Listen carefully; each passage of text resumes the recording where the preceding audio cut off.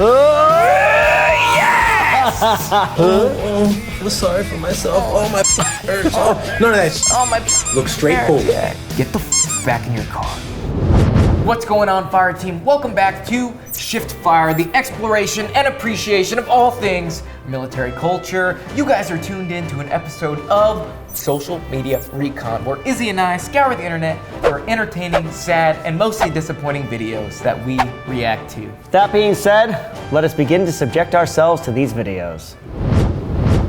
Army meets Marine. Army meets Marine. All right. I just asked how old you are. Can you shut the f up for a second? Marines aren't dumb, okay?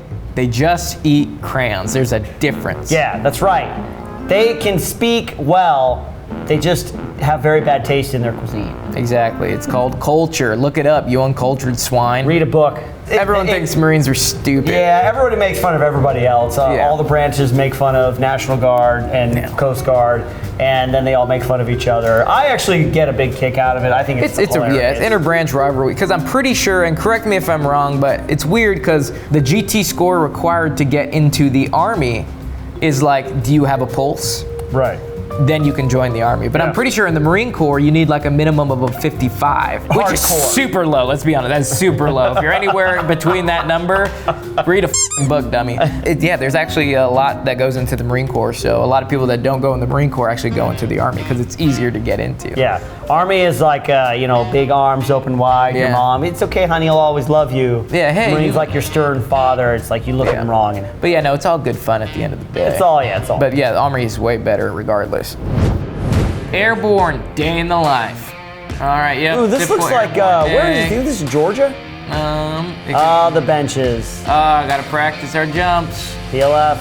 Everybody wear a mask. Oh, he flipped her off, that's mean. Yep. JMPIs, walking over to the board, walking over to the bird. This is a quick day. That's C-17, right? It's dark outside, must be a night jump. Yeah, so I mean, this is what a typical airborne day looks like. You wake up, everybody basically goes and you do a roster call, make sure everybody's there, you got your dog tags, you got your bump card, your cat card, whatever you need for that jump. Your name gets called so they can update your roster, make sure you get paid. And then everybody goes over to the hangar, you start rigging up, everyone sits in lines.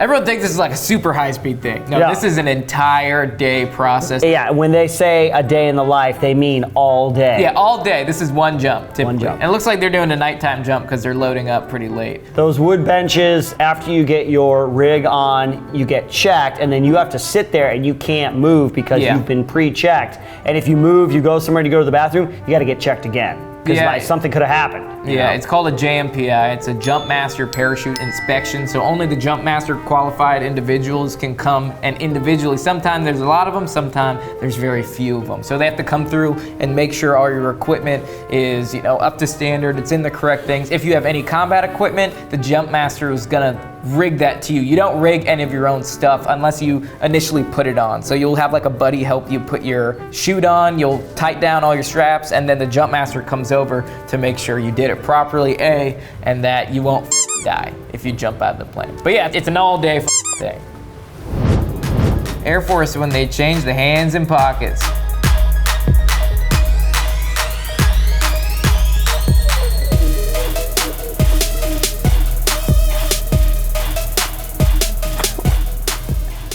Okay, so initially, a big military thing was you're not allowed to put your hands in your pocket. It's against regulation. It's like a first sergeant's wet dream. It's like unprofessional. So I guess the Air Force changed their policy to where you can put your hands in the pocket, so everybody's walking around, hands in pockets, all geeked up. Yeah, and obviously Jacoby's really happy about this. Yes he is.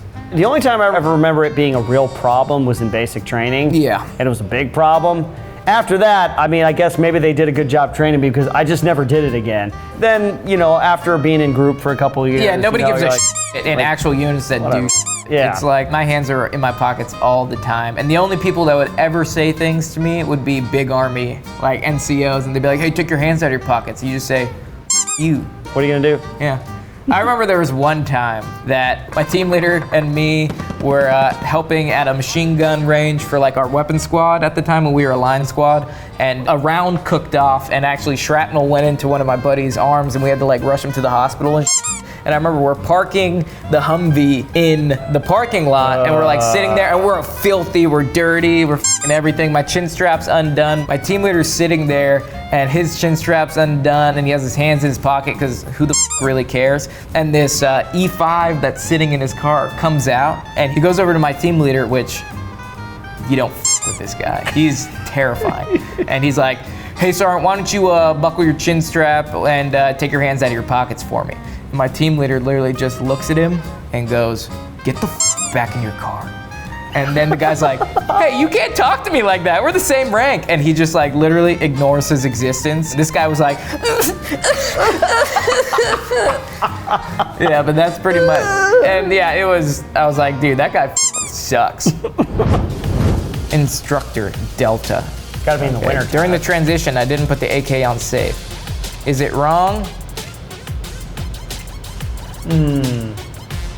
I would love to see the actual targets. So, is it wrong to not put your gun on safe? Let's see here. It depends. In my opinion, especially with an AK platform, because when you run out of ammunition, it's impossible for the gun to shoot. So in a reload, which typically if there's an active threat still and you're out of ammo, that's when you have to switch to the secondary. Now, if you're out of ammunition, in my opinion, you're wasting time trying to put your gun on safe when there's 0 bullets in it anyways, to switch to your secondary. And plus the AK, like once it's out of ammo and you try to pull the trigger, you're just gonna get a click, no bang. So I don't think you need to waste the time to swipe the selector to safe. But say you're just doing like a tactical reload and there's, you know, bullets still in the weapon, yeah, sure, there's no reason it should not be on safe. But yeah, I'd love to see the targets to see what his shot placement is, because it was a pretty quick transition. Uh-oh, fitness. We know what's coming. We know what's coming, baby. There he is. Diamond cut fitness. Okay, I like the transition, yeah. Yeah, that's very, like look an at that knee to elbow explosive kind of thing, yeah. Yeah, that's a lot. And he's holding yeah. it. Yeah, that's good lat control. I like that a lot, actually. This guy has a lot of core strength, like so much core strength. I never worked out in my uniform. No, that was one thing I never did. I had PTs, I had shorts and stuff, and at a certain point, I didn't even wear like the Army insignia uniform. I just wear whatever PTs. I had, PTs. Or just civilian PTs. Yeah, civilian PTs. I think it was a big Army thing because like we had our own gym on our compound, so there was never like a reason to go off unless it was super packed. Yep. Like during the middle of the day, some guys will PT in their uniform because obviously they're not going to change out and they have to go back to work afterwards. So it seemed like that was a really big conventional military thing, but even in the middle of the day when we wanted to work out, in regiment at least, we would be in PTs during the workday. Because it would be like, okay, you want me to do inventory Right. today? Why would I change into my fields when we're not doing anything in our fields? You only change it to the uniform when you're going to like, either go to like an appointment, when you're walking around on base, where you have like your pins and patches that we would call with your tambourine and like all your clean uniform. But most of the day, we would just be in PTs the entire day. Looking down. Hey, Private, what are you doing walking with your head down? I don't know, Sergeant. That's what I usually do. I don't like that. We don't do that in the Army, okay? You know what we do in the Army? We look straight forward. We look into the future. We look at how we can make ourselves a better person and how we can make the Army a better organization, hood.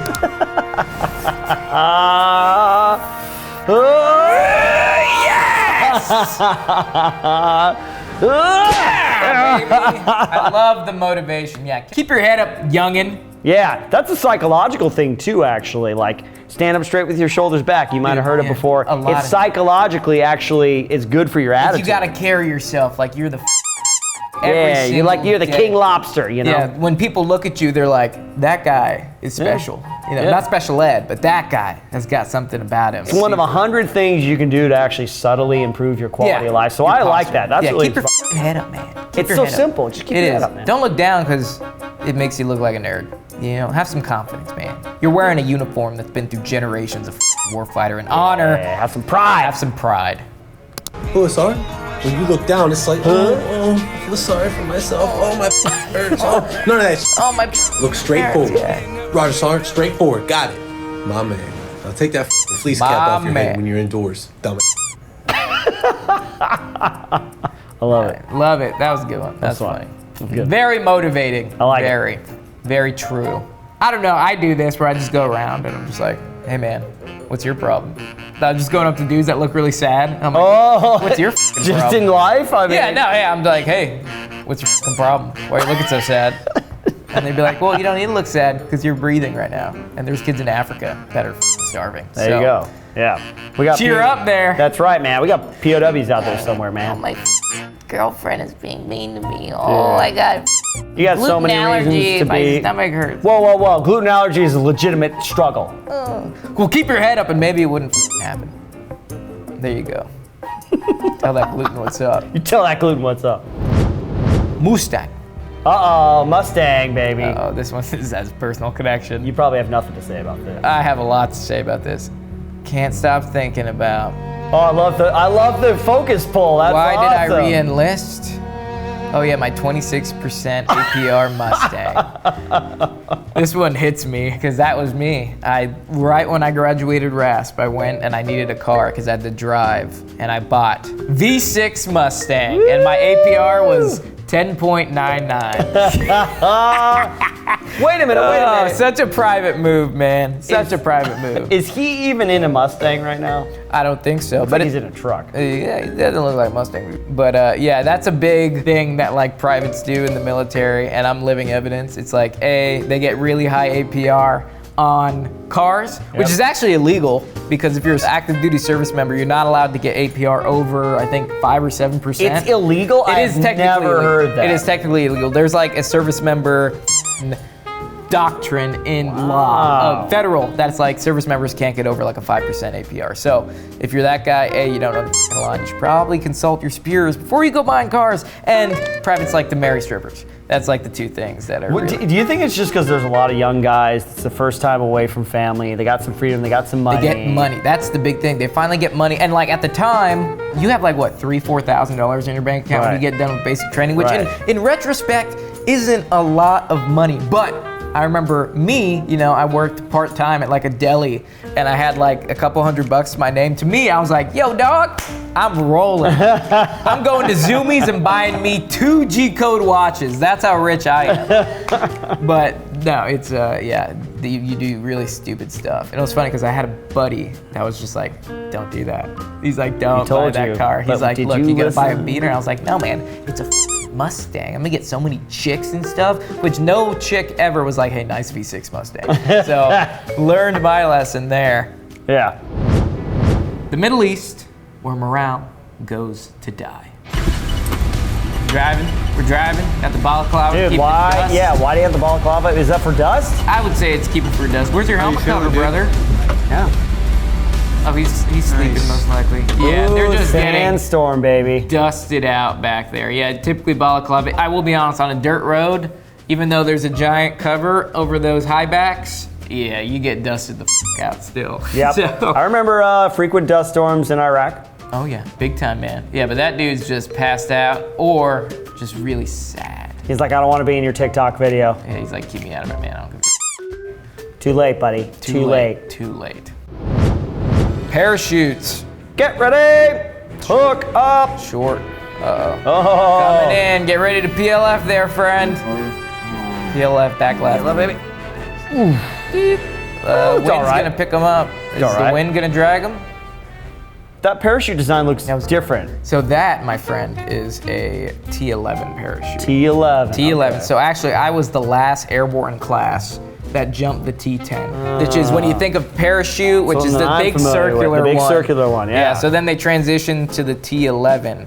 And in my airborne class, we jumped T10 and T11. Okay. So I was the last one to jump a T10 until they retired it. And then the T11 is like the main canopy now. It's bigger, but you fall slower than the T10 just because it's a bigger chute. It has 4 vents on it. You get more air up in the chute itself, but it's less easy to control. So like if you're trying to pull a slip, which a slip in airborne is like you're trying to steer your parachute, but ultimately you can't really steer it. You're just trying to turn into the wind to slow. When you're PLFing. descent. But say you like have a hazard that you're coming, you're floating towards wires. You're trying to not land in a body of water, or your buddy is coming right at you. You have to slip away from them. Yeah. So you always hear them, slip away, slip away, ah! But yeah, it's really hard because it's so much bigger, it doesn't react quicker. The T10 was like right when you pulled the slip, it was like, oh, okay, I'm moving. But the T11's like, now I'm kind of moving. But yeah, good PLF. My knees hurt watching this video. Yeah. What do you think, Cam? Which one's your favorite? Good. I liked the looking down one. The looking down one was the best one. Kobe, bring the Army truth and the inspiration. Exactly. Gotta love some good leader motivation, man. Gotta love some mentorship, some inspiration. NCOs, baby. NCOs, that's your job, is to turn these unconfident, just sad individuals into studs of men and women. That's right. Self-respecting men and women. Yes, so that was my favorite then. Look, we're mutually in agreement. Good. Ladies and gentlemen, thank you for joining us on this episode of Social Media Recon. We really had a great time. Make sure you hit that subscribe button and that notification bell. Leave a comment in the comment section, and we'll see you on the next one. Rumble in the jungle. All right, you guys can take it away. Okay. What's Welcome going on? up.